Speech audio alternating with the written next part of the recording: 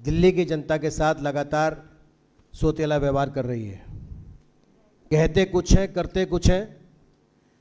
दिल्ली की जनता जिसको अपना परिवार का मुखिया बना करके लेके आई थी, वही उसका दुश्मन बन गया है।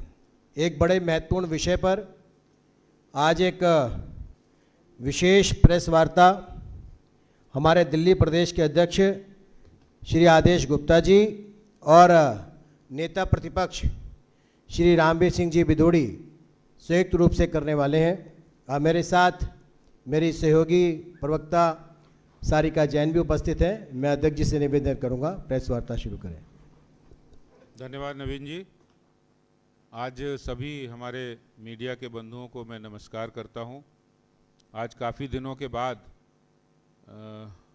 आपके सामने मुखातिब हैं और आज की इस प्रेस वार्ता में हमारे बीच उपस्थित विपक्ष के नेता श्री रामवीर सिंह बिधूड़ी जी, नवीन जी, ममता जी और सारिका जी, और यहाँ उपस्थित सभी हमारे मीडिया के बंधु फोटोग्राफर साथियों। बहुत ही महत्वपूर्ण और संवेदनशील मुद्दा है और मुद्दा है दिल्ली के मुख्यमंत्री जी की झूठ बोलने का, झूठे वादे करने का, और जो उन्होंने कमिटमेंट किए उन कमिटमेंट्स को नॉर्मल डेज की अगर हम बात छोड़ दें, ये क्रूशियल डेज में जो बहुत ही कठिन समय था दिल्ली वालों के लिए कोरोना के समय, उस समय उन्होंने एक वादा किया था और वो वादा उन्होंने 29 मार्च को किया था, जिस समय कोरोना की दूसरी लहर दिल्ली और देश में थी। तो उन्होंने पहले मकान मालिकों से अपील की और ये कहा कि हम मकान मालिकों से अपील कर रहे हैं कि आप जो गरीब लोग हैं, जो किराया देने में असमर्थ हैं, उनको किराया मत लेना, उनका किराया फिलहाल के लिए पोस्टपोन कर देना। और ये उन्होंने कहा था, उनकी वर्डिंग थी, आज मैं आपसे सारे दिल्ली के मकान मालिकों से अपील कर रहा हूँ कि अगर आप मेरे को अपना बेटा मानते हो, अगर आप मेरे को अपना भाई मानते हो, तो आज जितने मकान मालिक हैं सब लोग अपने अपने किराएदारों से बात करना और उनको कहना कि चिंता मत करो, हम आपके साथ हैं, हम आपको किराए के लिए मजबूर नहीं करेंगे। ये उन्होंने मुख्यमंत्री जी ने अपील की थी। और फिर उन्होंने आखिरी में कहा था कि मान लो जब ये सारा झंझट खत्म हो जाएगा, उसके बाद मैं आपको, अगर कोई किराएदार गरीबी की वजह से आपका किराया नहीं दे पा रहा है, मैं आपको आश्वासन देता हूं कि सरकार उसका भुगतान करेगी। जितने भी किराएदार हैं उनका किराया स्वयं मुख्यमंत्री जी ने कहा था कि वो किराया सरकार भुगतान करेगी और जो भी किराया नहीं दे पा रहे उनका सरकार की तरफ से भुगतान किया जाएगा। लेकिन अफसोस की बात 29 मार्च और आज तारीख है 13 सितंबर। आज 13 सितंबर हो गई, लेकिन अभी तक दिल्ली के मुख्यमंत्री जी ने जो अपना वादा किया था वो वादा नहीं निभाया। जितने कोरोना काल के दौरान कष्ट में लोग रहे, गरीबों को जिन्हों किराए का भुगतान नहीं कर सके, केजरीवाल सरकार ने वादा किया, नहीं निभाया। कोरोना काल के दौरान जितने वादे केजरीवाल सरकार ने किए वो सभी झूठे साबित हुए, खोखले साबित हुए। उन पर यह बात बिल्कुल सटीक बैठती है, उस गाने की पंक्तियां कि तुम तो धोखेबाज हो, वादा करके भूल जाते हो। केजरीवाल जी, आपने दिल्ली की जनता से, गरीबों से वादा किया था किराया देने का, जो नहीं निभाया। बहुत सारे वादे किए, मैं उन वादों के बारे में जाऊंगा, लेकिन आज हमारा जो मुख्य मुद्दा है कि आज दिल्ली में जो आम आदमी पार्टी की सरकार है, जिन्होंने गरीबों और आम व्यक्ति के बल पर उनके विश्वास जीतकर वो बैठे हैं और उन्होंने इन्हें मुख्यमंत्री बनाया है, और उन्हीं के वादे, उन्हीं को वादा करने के बाद 216 दिन 216 डेज हो गए हैं और इन्होंने वादा पूरा नहीं किया। कोर्ट ने पहले इनको हियरिंग की। जब ये केस कोर्ट में गया, आप देखिए कोर्ट में जाने के बाद भी इन्होंने 6 हफ्ते कोर्ट ने समय दिया और वो 6 हफ्ते में भी इन्होंने उसको इम्प्लीमेंट नहीं किया। और अदालत ने 89 पन्ने के अपने फैसले में कहा था, जो भी यहाँ वादा किया उस वादे को आप पूरा करिए। और फिर उसके बाद जिस तरह से 6 सप्ताह में भी इन्होंने कोई फैसला नहीं लिया, ना कोई नीति बनाई, और आज बड़े अफसोस के साथ कहना पड़ रहा है कि उनके जो वादे किए, चाहे वो 2 महीने का राशन देने की बात हो, ऑटो वालों को 5,000 रुपये देने की बात हो, कोरोना से जान गंवाने वालों को 50,000 रुपये कंपनसेशन देने की बात हो, या फिर जिस परिवार में कमाने वाला कोई गया उसकी घर में पेंशन लगाने की बात हो, अनाथ हुए बच्चों की शिक्षा और उनको 25 वर्ष तक 2,500 रुपये पेंशन देने की बात हो, आज तक कोई भी फैसला इंप्लीमेंट नहीं हुआ है। केजरीवाल सरकार ने दिल्ली के गरीबों और आम व्यक्ति के साथ जो विश्वासघात किया है वो सब आपके सामने है। और ये तो बात आम जनता की रही। जिन लोगों ने कोरोना के दौरान फ्रंट पर आकर कोरोना वॉरियर्स के रूप में काम किया, वो डॉक्टर्स थे, वो सफाई कर्मी थे, वो पैरामेडिकल स्टाफ था, वो पुलिस कर्मी थे। उनको भी कहा था हम 1 करोड़ रुपया देंगे, लेकिन उनको भी उन्होंने वादा पूरा नहीं किया। दिल्ली के अंदर 100 से अधिक डॉक्टर्स की जान गई है। दिल्ली के अंदर सफाई कर्मियों की और जो निगम कर्मी उनकी जान गई है। आज तक उन्होंने कोई वादा नहीं पूरा किया। और जिस तरह से कोर्ट ने फिर 10 सितंबर को दोबारा से एक कोर्ट ने ऑर्डर जारी किया और दिल्ली के मुख्यमंत्री को एक बहुत कड़ी चेतावनी दी है। अगर मैं वो पढ़ूंगा तो वास्तव में आपको समझ में आएगा। कोर्ट ने साफ कहा, जो हमारे जस्टिस दिल्ली हाई कोर्ट ने, court had said the assurance was not a political promise, मुख्यमंत्री के लिए कहा है, but A statement made by the CM. ये कोई मामूली व्यक्ति का कोई एश्योरेंस नहीं है, पॉलिटिकल एश्योरेंस नहीं है, ये सीएम का स्टेटमेंट है। The statement was not made by a government functionary at a lower level in the hierarchy who could be devoid of such knowledge. The CM expected to have had the said knowledge and expected to exercise his authority to give effect of his promise assurance, ये court ने कहा है। और ये मैं आपको बताना चाहता हूं, ये कोर्ट का जो जजमेंट है और जो सुनवाई हुई है, और उसके बाद 2 हफ्ते का टाइम दिया है। कोर्ट ने 2 हफ्ते का टाइम दिया कि केजरीवाल साहब अपने वादे पूरे करिए।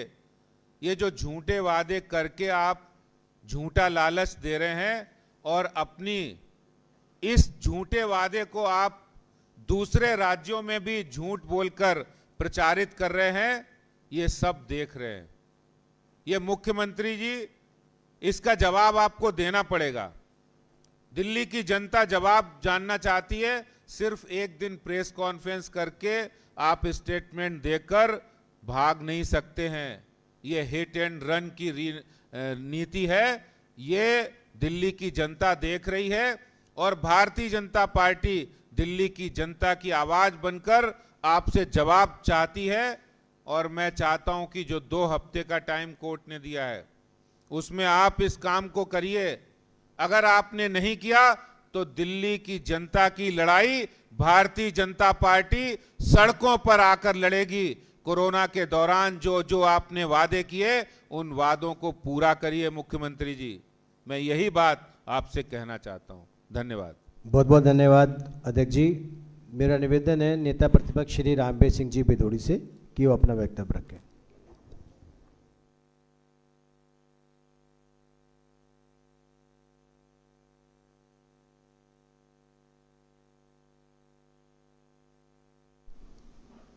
दिल्ली प्रदेश भारतीय जनता पार्टी के आदरणीय अध्यक्ष श्री आदेश गुप्ता जी, दिल्ली बीजेपी के मीडिया प्रमुख आदरणीय श्री नवीन जिंदल जी, बहन ममता काले जी, बहन सारिका जी, सभी मीडिया के सम्मानित साथियों, आप सभी को ये जानकारी होगी कि दिल्ली में लगभग 9 लाख किराएदार हैं और जब ये सेकंड वेव आई तो बड़ी संख्या में जो दिहाड़ी मजदूर हैं, प्रवासी श्रमिक हैं, वे दिल्ली छोड़कर जाने लगे और दिल्ली के मुख्यमंत्री ने उस समय उनसे ये वायदा किया और अपील भी की और 29 मार्च को ये घोषणा की कि आप दिल्ली छोड़कर मत जाइए, आपके लिए खाने पीने की व्यवस्था भी सरकार की ओर से की जाएगी। ये वायदा भी किया गया यदि आप किराए के मकान पर में रह रहे हैं तो उसका किराया दिल्ली सरकार की ओर से मकान मालिकों को दिया जाएगा। ये कमिटमेंट थी दिल्ली के मुख्यमंत्री अरविंद केजरीवाल की दिल्ली के 9 लाख किराएदारों के साथ। उसके बाद बेचारे किराएदार मुख्यमंत्री के घर के बाहर, डिप्टी चीफ मिनिस्टर के घर के बाहर बेचारे धक्के खाते रहे, उनसे ये आग्रह करते रहे कि सरकार ने जो कमिटमेंट की है सरकार उसको पूरा करे। मकान मालिक हमसे किराया मांग रहे हैं, हम दे नहीं पा रहे हैं, मकान मालिक हमको मकान खाली करने की धमकी दे रहे हैं। जब दिल्ली सरकार ने कमिटमेंट करके, वायदा करके और अपना वायदा पूरा नहीं किया तो इन बेचारे गरीब किराएदारों को दिल्ली हाई कोर्ट में याचिका दाखिल करनी पड़ी और दिल्ली हाई कोर्ट ने 22 जून को फैसला सुनाया कि 6 सप्ताह के अंदर अंदर दिल्ली की सरकार किराएदारों को किराए का पैसा दे। 6 सप्ताह का समय दिया और उसके बावजूद भी दिल्ली सरकार ने आज तक दिल्ली में एक सिंगल किराएदार को 1 पाई पैसा किराए के रूप में नहीं दिया है। जो किराएदारों की ओर से हाई कोर्ट में उनकी पैरवी कर रहे थे उसमें नजमा है, करण सिंह है, रेहाना बीबी है, इन सभी ने 29 और 30 अगस्त को दिल्ली के चीफ मिनिस्टर को पत्र लिखा, फोन पर उनसे संपर्क करने की कोशिश की गई कि कोर्ट ने 6 सप्ताह के लिए कहा है और 2 सितंबर को 2 सप्ताह हो जाएंगे तो कम से कम सरकार बताए कि अभी तक किसी एक किराएदार को भी सरकार की ओर से कोई इसका किराए का भुगतान नहीं किया गया है। तो सरकार ने कोई रिप्लाई नहीं दिया।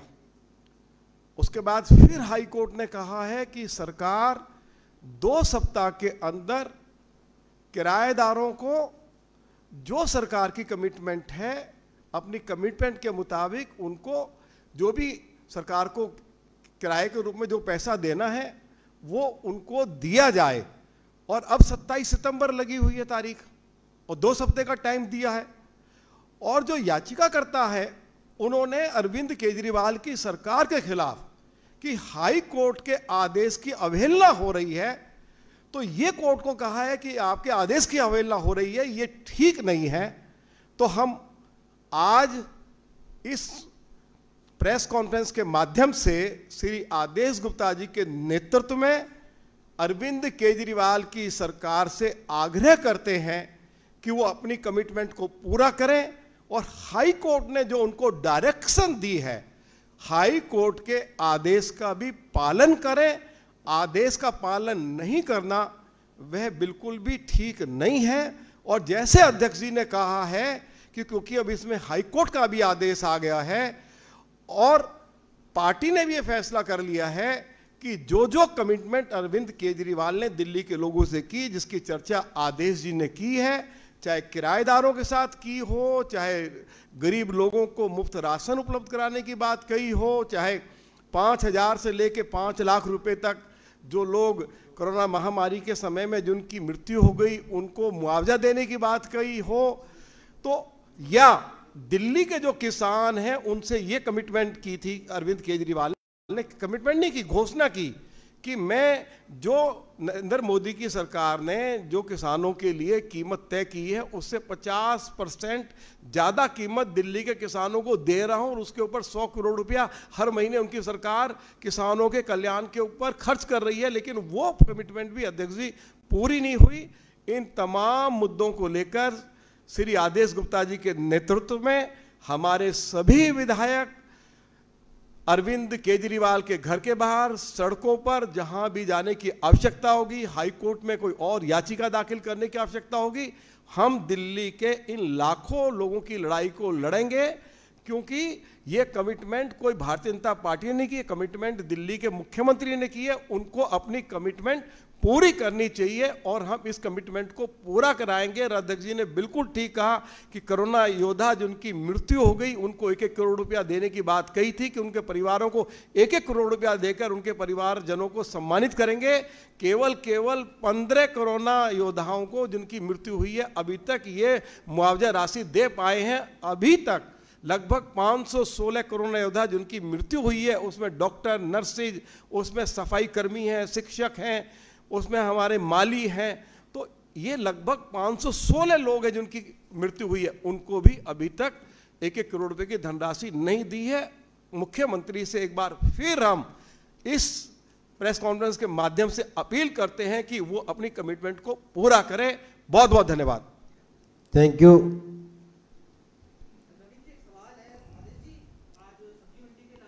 इस विषय के अलावा बाकी वैसे बात कर लेते हैं, ठीक है। बहुत बहुत धन्यवाद।